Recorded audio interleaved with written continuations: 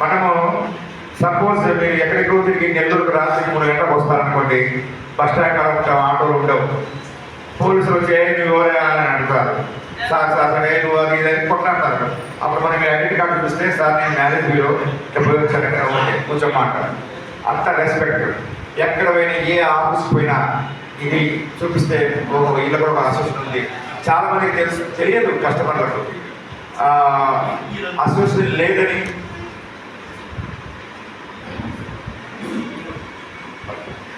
Association లేదని చాలా మంది చులకన భావంతో మనలో కస్టమర్లు చూస్తున్నారు.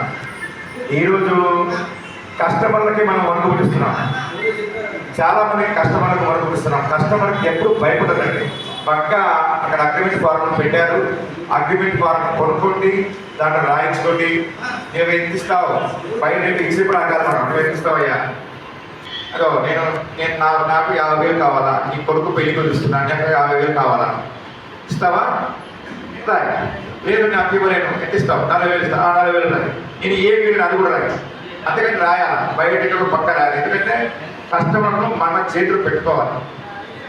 చాలా మంది రాయించుకోరు, అగ్రిమెంట్ రాయించుకోరు. వాడు ఏం చేస్తాడు, డబ్బు లేకపోతాడు. ఎందుకంటే నువ్వేం చేసినావు, ఫోన్ నెంబర్ ఇచ్చినావు, నీకు ఏమైనా ఉండకపోతే 5,000 ఇసుకో అని అంటారు. కాదు, మనం పక్క రాయించుకోవాలి. రాయించుకుంటారు, బౌండ్ అవుతారు. అది దానికి కోర్టు కూడా పోవచ్చు. మనం దానికి ఏమవుతుందంటే బ్రీచ్ ఆఫ్ కాంట్రాక్ట్ ఒక యాక్ట్ ఉంది కోర్టులో, లాయర్ మనకు తెలుసు ఐటీసీలో. బ్రీచ్ ఆఫ్ కాంట్రాక్ట్ అంటే మన ఇద్దరి మధ్యన కాంటాక్ట్ చేసుకున్నాము, దాన్ని బ్రీచ్ చేసాం అంటే ఒప్పందాన్ని బ్రేక్ చేసాం. కాబట్టి మీకు ఒక అనుకునే కోర్టు రానికి మీ పైన కూడా నేను కోర్టు చేస్తున్నాను చెప్పేసి చాలా మంది కోర్టుకు వెళ్తాము అనే ఉద్దేశంతో కూడా భయపడిపోతారు. పోలీస్ స్టేషన్ పోయి మనము అది మనకు డబ్బులు లేకపోతే ఎస్ఐ ఏమంటారు, మీ ఇద్దరు మధ్యలో ఏమైనా రాసుకున్నారా అంటారు. ఫస్ట్ అది అడిగేది. ఫస్ట్ నువ్వు ఏ మెంబర్ వాడు అంటాడు. మెంబర్ కాలేదు బయటకు అంటాడు. మెంబర్ అయితే కార్డు అంటాడు. ఈ కార్డు చూస్తాం కూర్చో అంటాడు.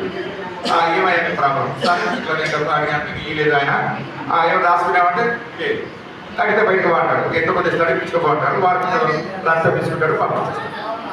అదే మనం రాయించుకుంటే ఎస్ఐ రాకపోతే సీ దగ్గరికి పోతాం, సీ దగ్గరికి పోతే ఎస్ఐ దగ్గరికి పోతాం. సో మనకు ఆ పవర్ ఉంది. కాబట్టి ప్రతి ఒక్కరు అక్కడ అగ్రిమెంట్ ఫారం అమ్ముతున్నారు, ఈయన అమ్ముతున్నారు తెలియదు కానీ, బట్ అగ్రిమెంట్ ఫారంలో మీరు పిల్లలు తీర్చుకోండి, వాళ్ళతో రాయించుకోండి. వారు ఇవ్వకపోతే మన మెడల వచ్చి మన రికవరీ కమిటీ ఉంది, ప్రతి జిల్లాలో రికవరీ కమిటీ ఉంది, స్టేట్లో రికవరీ కమిటీ ఉంది. వాళ్ళు వస్తారు, వాళ్ళు వచ్చి వాళ్ళ ఖర్చులు మినిమం ఖర్చులు ఉంటాయి, భోజన ఖర్చులు ఉండడానికి ఖర్చులు భరించుకుంటే వారు వస్తారు. వాళ్ళు చేసే మన సమస్య ఒక 50 అడిగాము. లేదంటే 40,000 ఇస్తే మనం చూడేసుకున్నాం. ఎందుకంటే మనకు పెద్ద పంటలు పొగలేదు, ఎత్తి మీద మొయ్యలేదు ఎవరిని.